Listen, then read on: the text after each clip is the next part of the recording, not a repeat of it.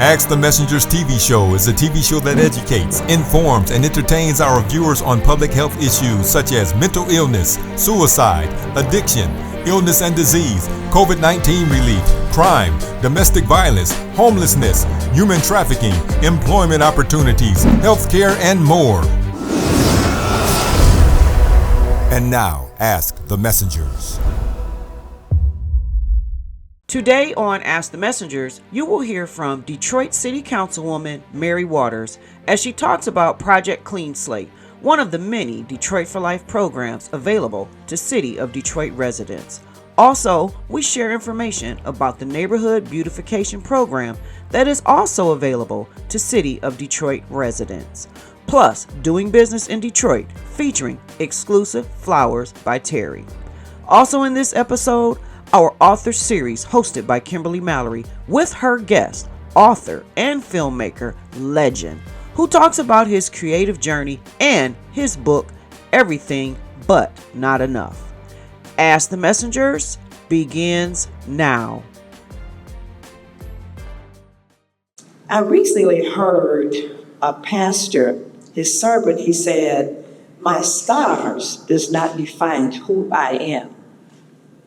And that's how I see this. So, Mr. Mayor and Project Clean Slate, I'm going to say thank you. Thank you so very much for all of your hard work. So Project Clean Slate is a powerful program, powerful, proud people. It's not easy to be convicted of a crime. We are told that everyone is guilty until proven innocent. That's what happens. And that once you serve your time, you are free, but until recently, that wasn't so.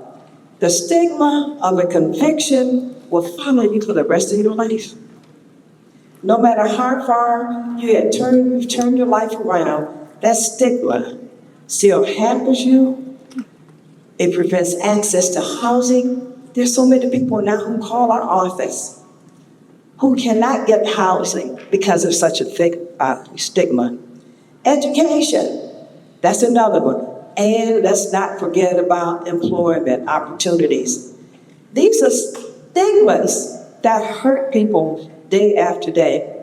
So I am so very grateful to the state legislators for all of their hard work. But let me just brag about myself just a little bit. During my time in the state legislature, I was proud to sponsor early expungement legislation, House Bill 4327. And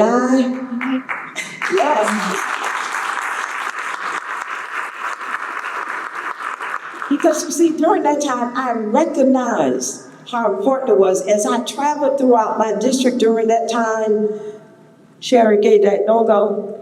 Yes, people were saying to me, young men were saying to me, Ms. Waters, I need to get a job. I need some employment. And I have a record. I've turned my life around, but I have a record and I cannot get a job. And I said, you know what? I'm going to try and do something about it.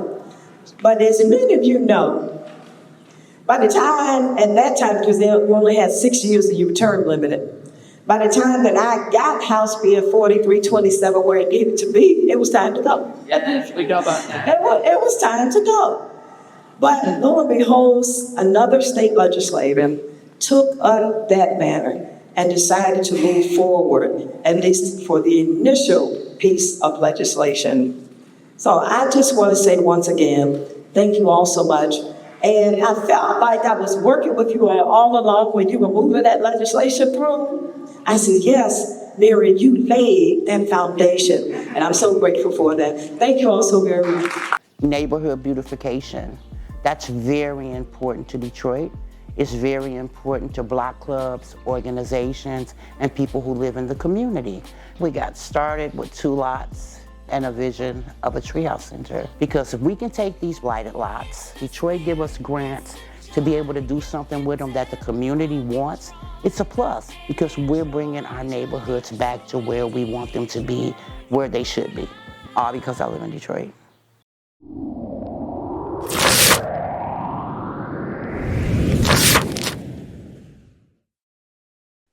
Well, hello, everyone. Today, I have such an amazing guest with me. This man, I'm not going to tell his story. I'm going to allow him to tell his story, but he's written a book. It's called Everything But Not Enough. Everything But Not Enough. I mean, the title alone. Okay, so his name is Legend, first of all. And he talked to me about being fascinated with making up stories when he was really young, telling stories, not lying, but telling stories, when he was in his childhood. And then he grew up and became a poet. Not only did he become a poet, he began to write short stories. He's written books, and he has turned all of that into an entertainment field and started writing scripts. You guys, not only that, he dropped out of school. You see this, he dropped out of school, and you see what he became. He did not let that deter who he was. But what I'm going to do is I'm going to allow him to tell you about his book, Everything But Not Enough. Legend, welcome to Ask the Messengers. Hey, thank you for having me. I really appreciate you having me here. So tell us a little bit about yourself, okay? Born and raised in Detroit by a single mother. Shout out to moms. And just, like most kids in the inner city, just trying to make it through, trying to figure out life, trying to make it through. When I was in the 5th grade, I had the best teacher, Miss Woods, who she picked the best stories. I mean, the absolute best stories. And, my favorite time of the day was story time. So as she read these different stories, it just kind of took me to place. And a lot of times just taking me from my home situations, and the difference that I was dealing with in my own life. And that's when I realized just like the power of storytelling, and as I grew older, the more I loved to listen to stories and watch movies and things like that, I decided to create stories of my own. So I used that and kind of figured out my path. Wow. So are most of your movies, because you have some movies, am I correct? Absolutely. I have 7 movies. You hear that, audience? This man has 7 movies, dropped out of school. He went back to school, mind you. I want to make sure that we do add that part in. He did go back to college as well. And he got his BA in films and media. Am I correct? Yes. So, yeah, now you see this young man and what he has done with his life, even though he dropped out of school. Now, what was the reason why you dropped out of school? I know that you told me about it. I read about it, but tell the audience a little bit about that part. Well, it was more like me dropping out of college. Like I went to for school, but then when I got older and I had a child, it was just a lot to balance out. So I wound up dropping out of school. Yeah. But when he went off to college years later, and I was much older, I wound up going back as well and finishing my degree. Wow. And got your bachelor's degree. That's 4 years that he went back to school and didn't stop from there. And look at all of you said 7 movies right now. 7 movies. Wow, that is so amazing. So let me ask you, what type of movies have you been doing or have you done? All types. I've done, like, my very first movie was called Asbury Park, and Asbury Park pretty much just detailed my story. It was about some young men just growing up in the inner city, and just it spoke about the village, where in my home, my father wasn't present. In my neighbor's home, the father wasn't present. In other homes, the father was present, but he was working all the time. So it just spoke about an environment where on the outside, people don't get it. Like I had a situation where my ex-girlfriend, she was from Farmington, and she grew up 2-parent home, both gainfully employed, both well educated. And we were watching TV one day, and there was somebody who got arrested for drugs. And she was like, there's never a reason to sell drugs. And I had to explain to her, I was like, it's reasons where they may not necessarily be legal, but people do it for survival. It's not necessarily people want to sell drugs. I had a friend of mine who wanted to be an engineer, but he was raised in a house where his mom was working as a secretary. Father was a heroin addict, and it was like 5 siblings. So a lot of times he kind of had to step in and kind of help on the financial side. And so it wasn't that's what he wanted to do, but people look to him to kind of help with the household. So a lot of times the stories that I tell have, I like to raise awareness. I like for people to actually think, and not just look at things one side. I'm never trying to change someone's opinion, but I want to always try to give another perspective to different things. Wow, that's good. Now you hear that? I mean, you want to raise awareness. It's just not about, okay, let me make this movie. Let me make some money. Let me just get out there so I could be seen. Let me be heard. He has literally written these movies with the intent of making sure someone, that we as the audience get something out of these movies, raising awareness. What is some of the awareness that you have spoken about in some of your movies? Well, one of my more popular films was called Absence of Innocence, and it was talking about rape and the after effects of that. My mother was a rape survivor, and I saw what it did to her. I saw what it did to her mentally. I saw years after how it lingered and things like that. So with the Absence of Innocence, I use that to kind of bring awareness. I have another film called City Boy. City Boy, it's about a very talented young man who has the opportunity to make it out of his situation, but he's being pulled back by the trappings of the inner city, the fake friends, the girls, the popularity. And I made that film particularly because I had two people that were very close to me who were extremely talented, Mm-hmm. who wound up in bad situations. One was a filmmaker who was killed before ever reaching his potential. The other was my cousin, who's super talented, charismatic singer, songwriter, rapper, and running around with a tether on his ankle. And it's like, unfortunately, I felt like we've seen these stories before. We've seen these stories in our neighborhoods and in our families and things like that. And unfortunately, we're hearing them too consistently. So I wanted to bring a movie to light to say, hey, let's showcase this, let's show it. Because one thing in having an adult child now, I realize he's not always going to listen to the sound of my voice, but maybe if I could paint a picture, he'll get it. Wow. Or maybe if someone else could actually watch it and see the picture, we can get it. You know what I mean? Or even as a parent, if we can reference that movie, maybe that'll help them get it. And that's why I make these different projects. That is so awesome because a lot of times we get taught till we're blue in the face when it comes to our children. But when we lead by example, that's more powerful than we even know because they'll always remember what we did and not what we said. So that's so awesome. And so your movies are not just characters. Your movies are based upon and around real people. Real people, real circumstances. Real people, real circumstances. And that's what's so amazing. That's why he talked about audience, that his movies bring awareness in some form or shape. They bring awareness. And that is so amazing. Is there anything else that you want to just mention about what's going on in your life right now? Anything you want to mention? Well, the first thing is I just got married. Yay, congratulations. Yes. Shout out to my wife, Queen. I love her. And yes. I'm in a great space right now. Also have a new film, When Her Walls Talk, that is in the process of coming out. It'll be on Tubi and on Amazon. And it's pretty much, again, it's bringing awareness, just dealing with different people who go to counseling sessions and just talk about some of the dark things that are going on in their lives. One thing that I always say is everyone has a story to tell. Yes. But the truth is people aren't always as comfortable sharing their stories. Yes. When they see other people going through certain things, it resonates and it kind of, comes home. So they're like very important. But that's what's going on with me. My life is relatively simple, enjoying family life, enjoying creating, and just, being a blessing.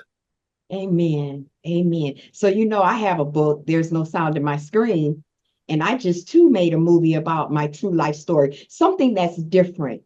Not too many people like to really tell their true life story, so I wanted to do something different and get that out there to raise awareness about being raped, about being abducted, about, being on drugs. All of these things are in my movie as well. So I can completely understand. With your movies, did you produce and direct them, or did you have a team? I've written, directed, and produced all of my projects. Amen. And I also have an amazing team who stands by me. And together we're just continuing to work hard, continuing to learn, continuing to grow. Amen. So I need you to do me a favor. Look straight into that camera and just think about some of this younger generation that wants to get into what it is that you are doing right now, but they just have no direction. Give them some words of encouragement right now. One of the first things I tell people all the time is that growing up poor was my superpower. Like, I knew in most situations I couldn't out money people, but I could out create you. You know, so if somebody wants to be a filmmaker, make your movie. Don't allow somebody to tell you you need to have a budget or you need to have a certain camera or anything. No, make your movie. Yeah. On top of that, I would say in terms of team building, if you're a director, it's a writer out here who needs a director. Wow. You know, if you don't have a camera, it's someone out here who has a camera, but they don't have anything to shoot. It's an editor out here who is great with editing, but he doesn't have any footage to edit. Wow. Find those people. And it's a lot easier now because you have social media where you have groups. You know, it's social media and social media networking. Use this as to reach out to those people, and you'll be surprised, because that's what I did. You know, when I decided I wanted to get back into filmmaking, I didn't have a team. You know, so I went in these groups. Hey, I've got a great story. Would love to make a movie. Who has a camera? Who knows how to edit? Who, you know, hey, I don't have any money, but we can make a great project. Wow. People start reaching out and things like that. Yeah. You know, so don't ever feel like you can't move or do anything. There's always something that you can do. And also make sure you're prepared, you know, and when I say that, it's, you never know when your moments or your opportunities are going to come about. Mm-hmm. So what's the old saying? Stay ready so you don't have to get ready. That's right. You know, a lot of my business interactions have come on a whim. Mm-hmm. Where, you know, if I speak like, hey, I'm doing a movie, you know, people are like, okay, yeah, sure you are. Do you have something you can show me? No, not really. No one, that's never, no, my question is always, what's your email address? All because right. Together a plan, even if it's something simple as the name of the movie, what the movie is about, who I hope to get in it, you know, what's my plan for it? Because then it shows me that you've done some homework. There's too many people out here who are, hey, I want to make a movie. Okay, show me something. Okay, well, give me a couple weeks. You lost me. You lost me in that instant. Mm-hmm. Mm-hmm. What they call it, elevator pitch? Yes, elevator pitch. But you got 2 minutes.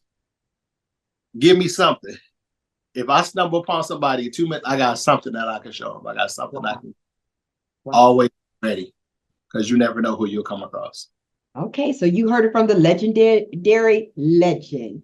Stay ready so that you don't have to get ready. Thank you again for being on Ask the Messengers, and you have an amazing rest of your day. Thank you.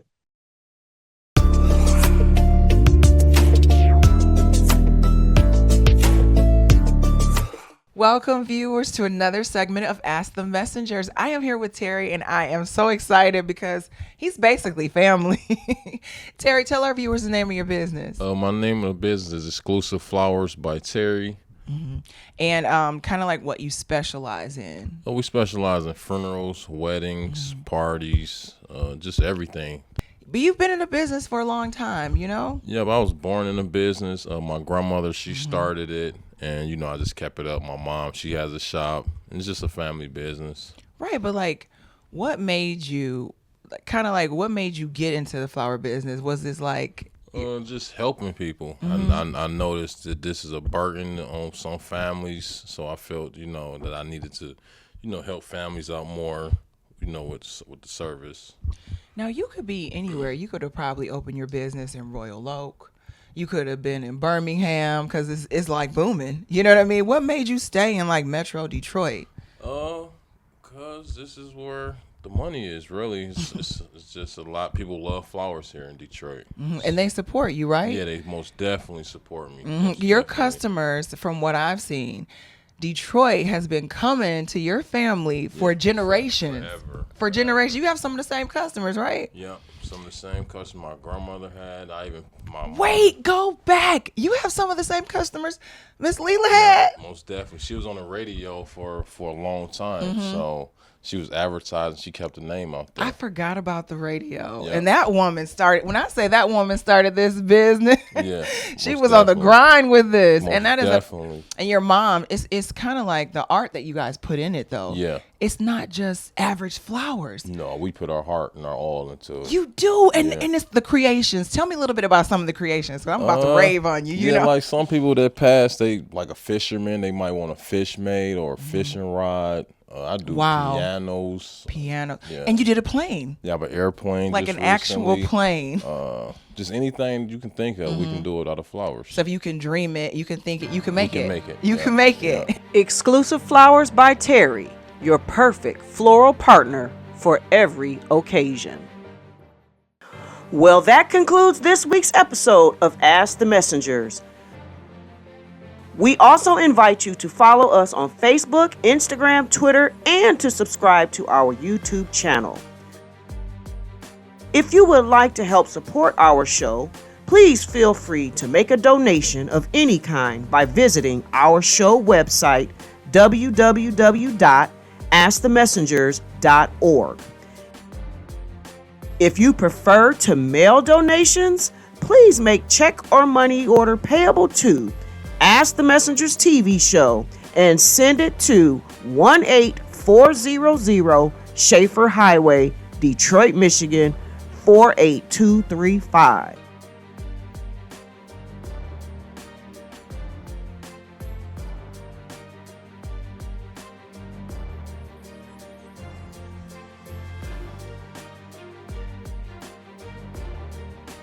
Ask the Messengers is the program that deals with things that help you.